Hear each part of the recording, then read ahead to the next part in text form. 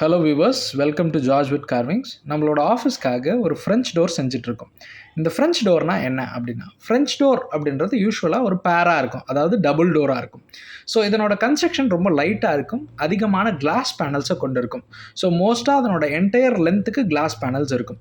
So இந்த French டோரை நம்ம டீக்வுட்டில் பண்ணியிருக்கோம்.